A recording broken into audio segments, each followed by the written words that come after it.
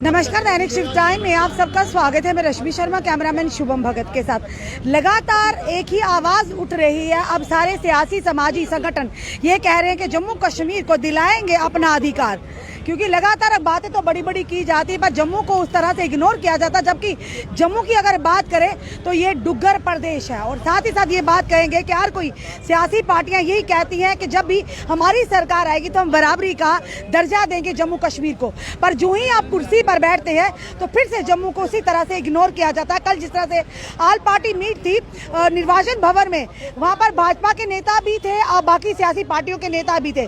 पर भाजपा की जो नेता थे सतपाल शर्मा जी, उन्होंने कहा कि नहीं, जो 25 लाख वोटर हैं उनको अधिकार मिलने जा रहा है। वही विपक्षी दलों ने सवाल उठाया कि आप घर पे नहीं है दाने, अम्मा चली भुनाने। ये सवाल है कि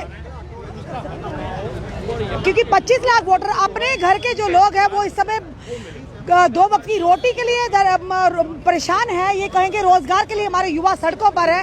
तो 25 लाख वोटर जब आप लाएंगे, उन्हें बिजली पानी भी देना पड़ेगा, आपको रोजगार भी देना पड़ेगा।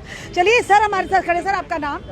मेरा नाम है शंकर सिंह सलाथिया जी। शंकर सिंह जी, क्या आखना चाहोगे जिस कि 25 लाख वोटर बाहरों आ दे, उन्हें वोटिंग राइट भी मिलेगा, तो उसकी आदत किस तरह लेंदे उस चीज? मैं सारे को लाए पहले लेना कि जम्मू कश्मीर दे विच पहले क्या गुरबत है, सारे को ਵੱਧ बेकारी जम्मू कश्मीर च है। अगर 25 लाख मतदाता इत्थे बनाई दिता जाग ते अपना अधिकार ते उन्हें ले लिया, जेड़े वोट का अधिकार जेड़ी पार्टियां उन्हें भी अपना अधिकार ले लेना।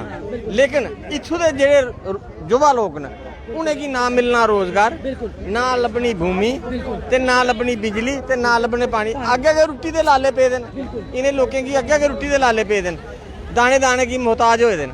ते इस वास्ते मैं तो इसका बिल्कुल विरोधी हाँ कि जेडे बाहर के मतदाता आवा दे 25 लाख, उन्हें की बिल्कुल नहीं अधिकार। खाली भाजपा के नेता समर्थन करा दे कि 25 लाख वोटर बाहरों आए, बाकी विपक्षी दल सारे इतराज करा दे कि जम्मू च युवा सड़कों ते, डेली वेजर सड़कों ते है, आम जनता महंगाई की मार तो जूझ रही है। तो 25 लाख जिले आन के जम्मू च, उन्हें की बिजली पानी भी देना, रोजगार भी चाहिए उन्होंने, फिर उन्हें उनका आरक्षण भी पूरा करना।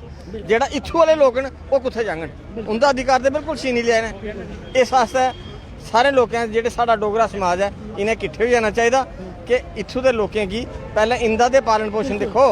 जे मता टब्बर होग ते कपड़े कुत्थों देने ते मती रुट्टी कुत्थों देनी। इस वास्ते इन्हें लोगों की आपू के सोचना चाहिए कि ये जेडे युवा लोग फिरा दे बेरोजगार, पहले इन्हें की थोड़ा सोचो। ये एक आम इंसान है, एक आम नागरिक है, सीनियर सिटीजन है, जिनसे हमने राय जानने की कोशिश की, क्योंकि सियासी समाजी संगठनों से तो हम राय लेते हैं, पर एक आम इंसान की क्या राय है वो भी जानने का, क्योंकि समझदार है लोग।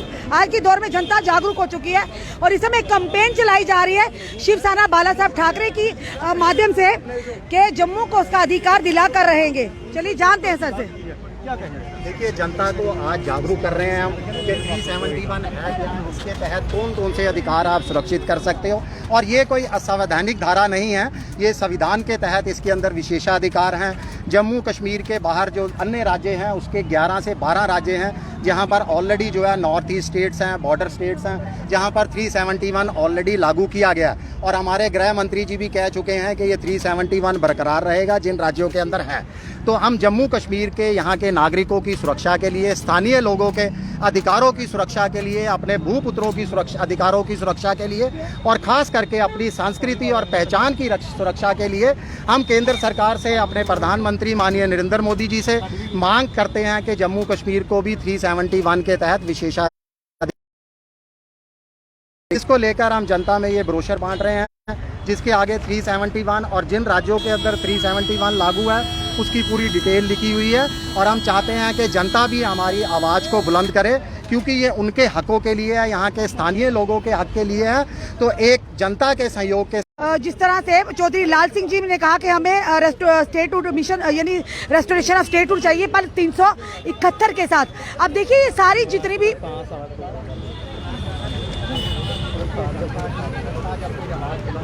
और जिस तरह से देखिए असम, महाराष्ट्र में भी article 300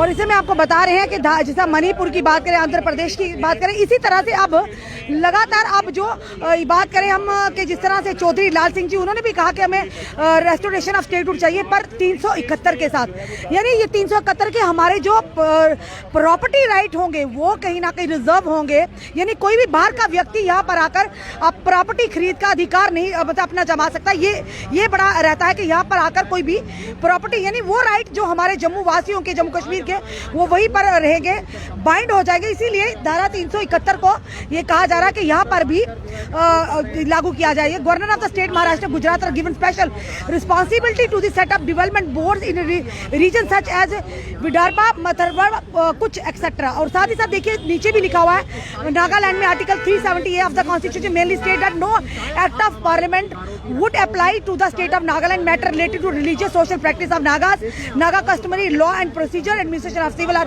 criminal justice involving decision according to Naga customary law and ownership and transfer of land its resource. The Legislative Assembly of Nagaland must pass a resolution for an act to be applicable to the state. Same यही पर जम्मू में भी जाना चाहते हैं, ownership right जो है वो सेफ हो जाए। यानी अगर धारा 371 यहाँ पर लागू किया जाता तो इसी के चलते अब हर कोई चाहता है कि स्टेटहुड का दर्जा वापस तो दिया जाए, पर धारा 300 आर्टिकल 371 के साथ फुल रेस्टोरेशन चाहिए। जब 371 आ जाता समझिए कि फुल हमारे जो राइट है, जो ओनरशिप राइट है वो हम तक रहेंगे, यानी कि बाहर का कोई भी व्यक्ति आकर उनको वो राइट नहीं मिल पाएगा अगर धारा 371 लागू होता है। अब इसी के चलते शिवसेना बाला साहब ठाकरे की तरफ से एक सिग्नेचर कैंपेन चलाई गई और जनता को अवगत कराया जा रहा है कि आखिर आर्टिकल 370 लागू होना कितना आने वाले हैं। अपने कमेंट, अपने सुझाव जरूर दीजिए। इस वीडियो को जितना हो सके शेयर कीजिए। जुड़े रहिए हमारे साथ अगले अपडेट के लिए। जय हिंद, जय भारत।